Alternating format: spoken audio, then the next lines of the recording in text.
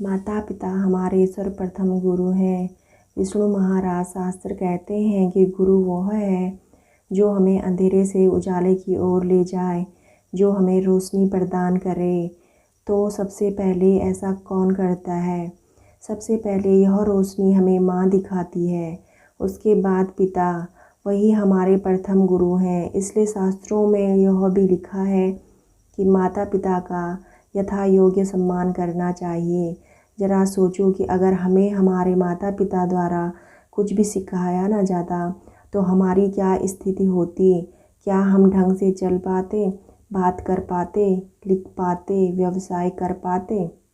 यहाँ तक कि हम अपने जीवन और इस शरीर की रक्षा कैसे करना है यह भी नहीं जान पाते। मान अपमान, प्यार और अहंकार जैसी मूल वृत्तियों को पहचानना भी हमें वही सिखाते हैं।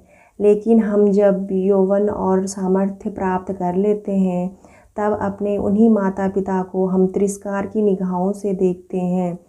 कई महानुभाव तो यह भी सोचते हैं कि अब हमें इनकी क्या आवश्यकता है। बूढ़े माता पिता यदि किसी कारणवश अस्वस्थ हो जाएं तो वे हमें बोझ लगने लगते हैं।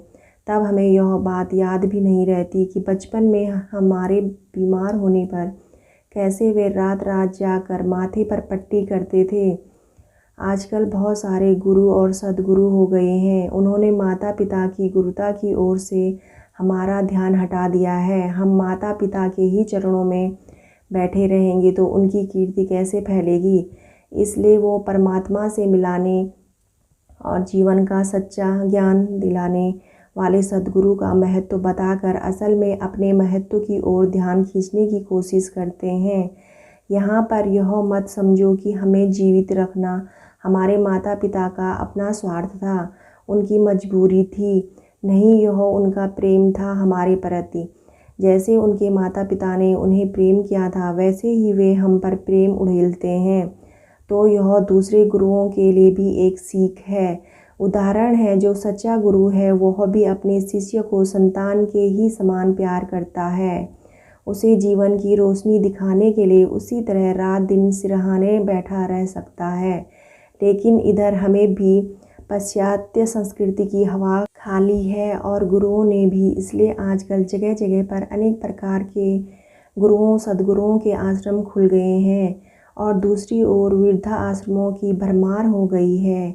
एक कहानी है जो हम सब ने सुन रखी है, श्रवण कुमार की। वे अपने बूढ़े माता पिता जो अंधे थे, चलने में सक्षम नहीं थे, को उठाकर तीर्थ यात्रा पर ले गए थे। उनकी इच्छा अनुसार मार्ग में एक जगह जब माता पिता ने जल पीने की इच्छा व्यक्त की तो वह जल भरने के लिए गए, जहाँ पर राजा दशरथ महाराज के तीर से उनकी मृत्यु हो गई।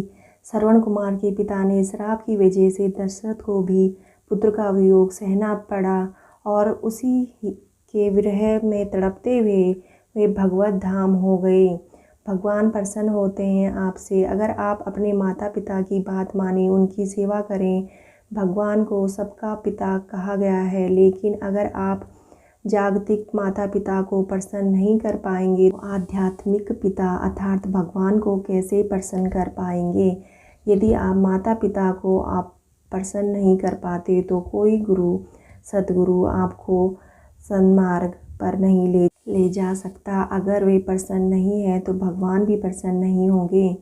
धर्मराज युधिष्ठिर ने महाभारत के युद्ध से पहले विपक्ष में खड़े अपने सभी सम्माननीय जनों को प्रणाम कर उनसे आशीर्वाद लिया था। भगवान राम ने भी वनवास पर जाने से पहले माता कैकेयी, माता सुमित्रा, माता कौशल्या से आशीर्वाद लिया था। लेकिन माता पिता का आशीर्वाद तभी फलता है जब उसे पूर्ण श्रद्धा से लिया जाए। ढोंग से कुछ नहीं होगा, बात बिगड़ेगी ही। स्मरण रखिए, पुत्र को पुत्र हो सकता है किंतु माता पिता को पिता नहीं हो सकते। दोस्तों, अगर आपको वीडियो पसंद आए तो वीडियो को लाइक और चैनल को सब्सक्राइब करना ना भूलें। धन्यवाद।